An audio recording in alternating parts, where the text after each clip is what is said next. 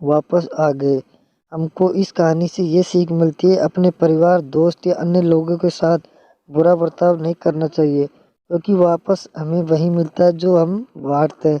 تو I hope کہ دوستو یہ کہانی آپ کو بہت اچھی لگی ہوگی، تو پلیز دوستو ہمارے چینل کو سبسکرائب ضرور کرنا اور بیل آئیکن ضرور دبا دینا، کیونکہ جب بھی ہم ویڈیو اپلوڈ کریں آپ تک نوٹیفیکیشن پہنچ سکے۔